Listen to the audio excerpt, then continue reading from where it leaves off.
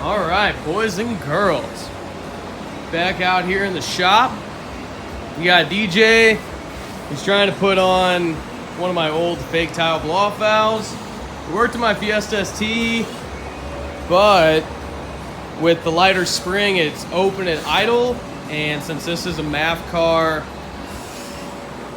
no bueno. So, when it's open and idle, the computer senses that there is a unmetered airflow coming in, so it idles like poo. So we tried putting in the proper spring that's actually for DJ, so for this car, and right now it doesn't open under just normal revving. It may open under full throttle acceleration and like letting off then under real boost. He's gonna try that tomorrow morning. Right now he's a little ticked. Ooh, and he just spilled a beer. Nope, empty. Blom blom. We don't fuck around. So, yeah, we messed around with this a little bit today.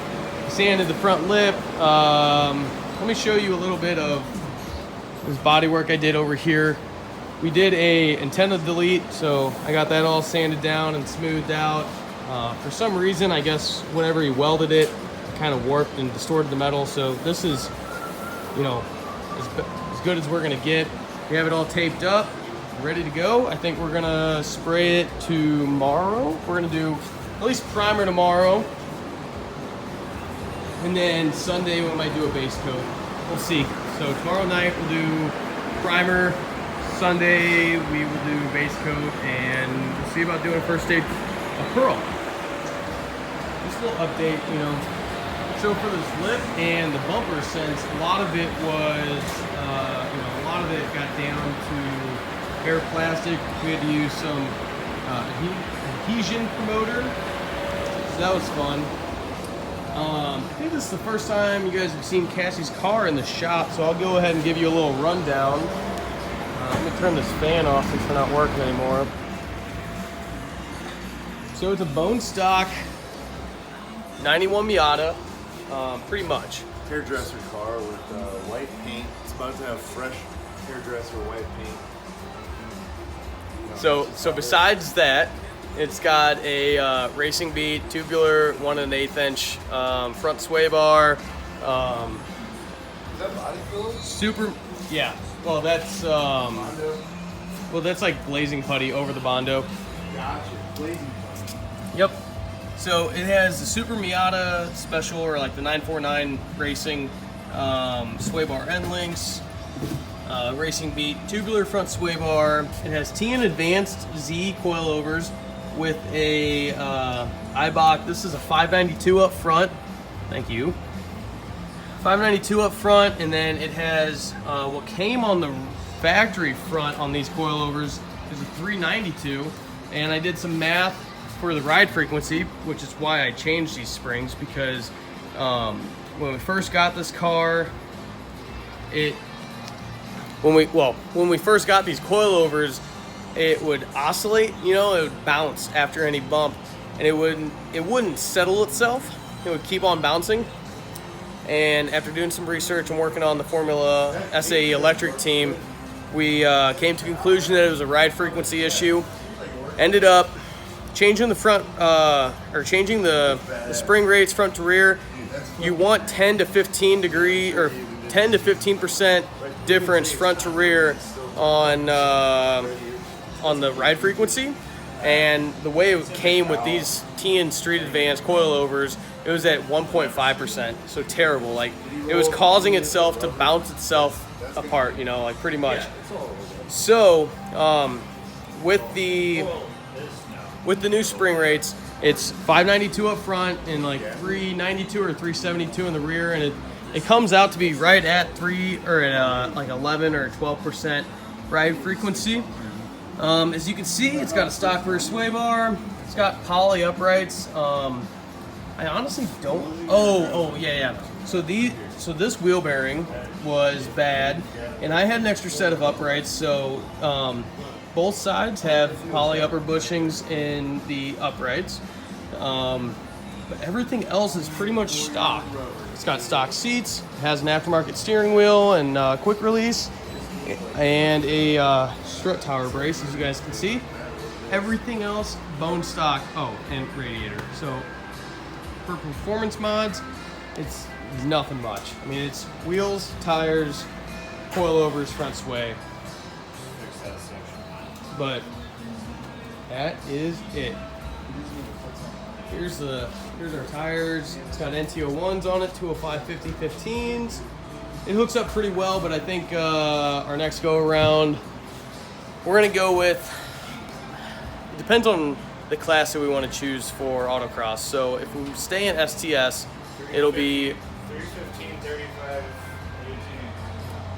If we stay in STS, it'll be a 225, 45, 15 Rival S 1.5. If we want to go up to STR, then I can do a Torsen in the rear, and we can go up to a 255, but we'll go up to a 245, 40, 15 Rival S. That'll be just next time we need tires, which is pretty soon relatively, and plus I want to push the limits of these NT05s. I mean, I'm already pushing the limits of the NT05s, and I kind of want to upgrade into something new. So other than that, that's kind of the update on Cassie's car, DJ's IS, and that's about it.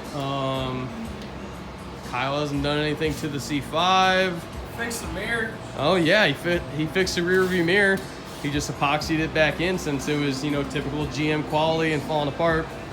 Let's see if we can see anything noticeable in the 240. I know DJ did a lot of wiring for the headlights. Other than that, still has to remove, so if you see right there, that entire relay box, most of those relays are going to go bye-bye. That entire relay box is for pop-up headlights and headlights. So he's going to be removing all that since he's got a single projector, or he's got a dual projector, so a high and a low beam projector headlight setup that he's going to be running. So he doesn't need high beam, or doesn't need pop-ups anymore. And that's it. So basically, in the rest of this video, I'm going to do some recording over at the Panda shop tomorrow, which is going to be Saturday. I'm going to be doing some wiring on my Miata, so my 91. I'm going to be doing a lot of testing, a little bit more. I'm going to, make a ground strap for the battery, test all the body harness, so headlights, taillights, turn signals, running lights. That'll be the first time I've ever seen any of those lights on that car. So I got the car as a roller without a battery, without an engine, trans, or rear end, or anything in it. So like hardly any wiring. So that'll be the first time that I see that car with lights. So that'll be really cool. And once that's done, then I'm gonna go through. I'm gonna add some connectors for the front and rear body harnesses. I have a Deech connector 12 pin, 14 gauge wire, so we can, run some good current through it.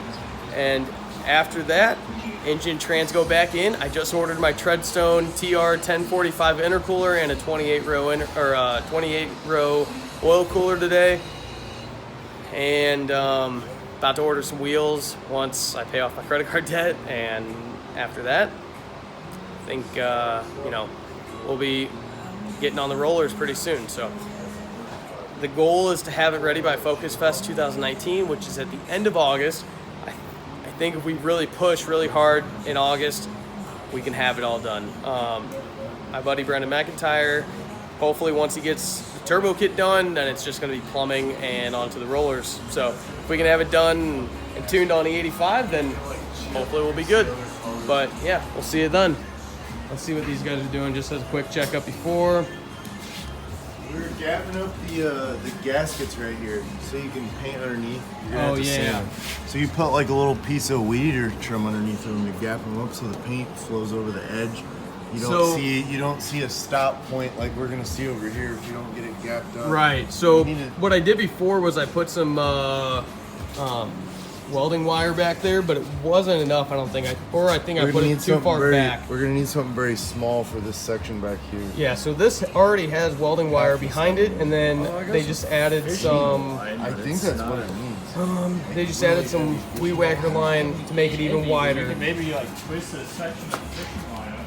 this can be gapped. So this section here, it needs gaps so you can paint underneath it, or you're gonna see this. I mean, if you want to see a bad example, we can look right across the street right here to this Nissan right here. Look, come here. This is what you're gonna see if you don't gap. Look, I could have gapped. If you don't gap this. the trim. Yeah, I could have put Gotcha.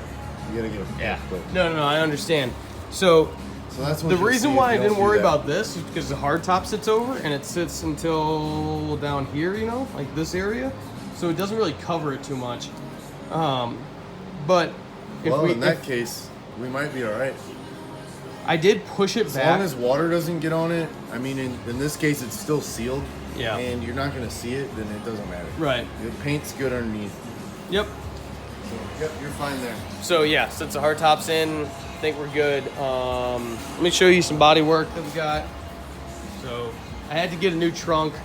Cassie's mom used Cassie's car for a little bit, for some period of time, while her car, because her car got wrecked. And which one? There's already wire back there, and it's already pulled back. You might want to do some more. Oh shit, there is. I put a line of that on. Well, do a line of that real quick, and then. No, you can do it. It's all yours. Anyway, so Cassie's mom was driving the car. We had some jack stands in the back, and not knowing how rough this car is, she went over some railroad tracks pretty aggressively, and the jacks hit the bottom of the trunk, had some dents going up, and it was a pretty bad trunk. We tried painting it once before, and it just didn't turn out too well. So I just went to the junkyard and found another trunk. It just happened to be from another 91. It is red, but we're doing a good primer on this, so it'll all be covered up. Here's a stock hood. Didn't do too much body work on this. Just smoothed it out real good and made sure that, you know, it was going to be all right. Now there are some dents and it is kind of wavy, but it is a factory hood from 91. There is no hail damage, but you know, with an aluminum hood from 1991 in a car that's, you know, that moves around as much as a Miata, it's going to be kind of, you know, it's going to be wavy. It's not going to be perfect. So the hard top, not too bad. When we bought it, it did have a crack right here. So we went ahead and just welded, or you know, we did some plastic filler and some, you know, we filled it up, and overall it looks pretty good. We ground it down until it was, you know, towards the bottom of the crack, and you know, it split off in 3 ways here, and we went ahead and did that, filled it in. So we moved it around and flexed it a little bit, you know, like a normal hardtop would flex, and it hasn't cracked anymore, so I think we're good to go. Basically, I think I said it already, but tomorrow we're gonna be primering it tomorrow night after I work on Cassie's, or on my Miata, and then Sunday, hopefully get the first stage of base on there, which I don't know if I told you guys, but we are doing a, if you guys know what the Cadillac Glacier White metallic car looks like for the CTSV, that's exactly the same color as we're doing for this. So make sure you stay tuned for some Miata painting and some updates. See you guys.